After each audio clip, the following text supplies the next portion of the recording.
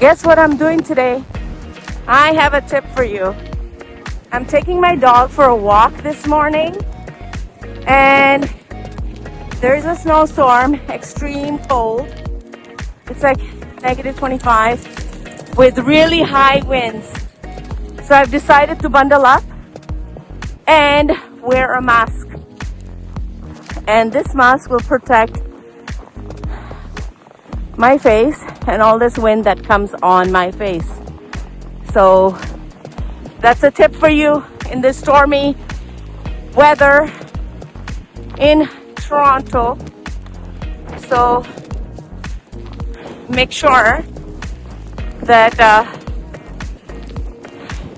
you use this tip of covering your face to protect your face, okay? This is a snowstorm today in 2026.